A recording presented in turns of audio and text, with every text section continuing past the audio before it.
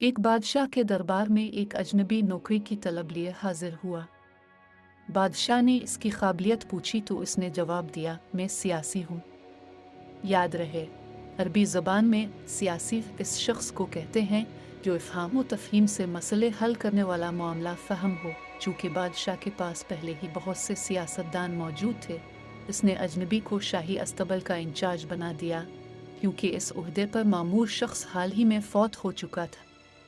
कुछ दिन बाद बादशाह ने इससे अपने सबसे महंगे और अजीज घोड़े के बारे में दरियाफ्त किया, तो इसने कहा, यह नस्ली नहीं है। बादशाह को हैरत हुई। इसने फौरी तौर पर अस्तबल के पाराने साइस को जंगल से बुलवाया।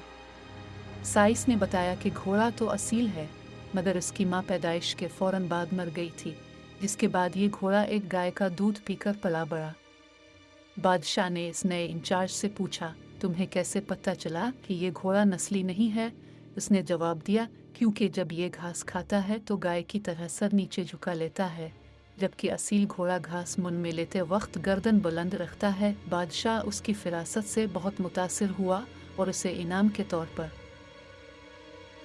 अनाज, घी, भुने हुए दुम्बे और परिंदों का आला गोश्त भिजवा दिया। साथ ही इसे मलिका के महल में तैनात कर दिया। चंद दिन बाद बादशाह ने अपने मुसाहिब से मलिका के बारे में राय तलब की। मुसाहिब ने कहा, तौरो अतवार तो मलिका जैसे हैं, मगर वो शहजादी नहीं हैं। बादशाह के होश अलिफाड़ गए।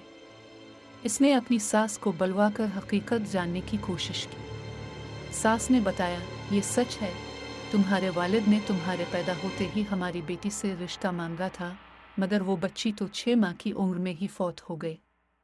ताल्लुकात बचाने के लिए हमने किसी और की बच्ची को अपनी बेटी बनाकर तुम्हारे साथ ब्याह दिया। बादशाह ने मुसाहिब से पूछा, तुम्हें कैसे पता चला? मुसाहिब ने कहा, मलिका का खादमों से रवैया निहायत सख्त और जाहिलाना है, जबकि शाही खानदान की औरतें रहमदिल और शाइस्ता होती हैं।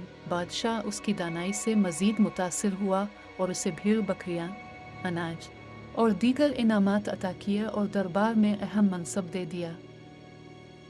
कुछ अरसा बाद बादशाह ने मुसाहिब को बुलाया और कहा, अब अपने बारे में बताओ। मुसाहिब ने जान की अमान चाही। बादशाह ने वदा किया।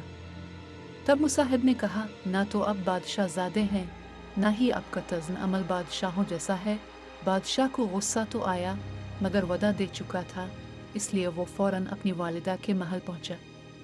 वालिदा ने सच बयान किया, हमारी कोई औलाद न थी, तुम्हें एक चरवाहे से लेकर पाला, तुम इसी के बेटे हो। बादशाह ने दोबारा मुसाहिब को बुलाया और पूछा, तुझे कैसे पता चला? मुसाहिब ने कहा, बादशाह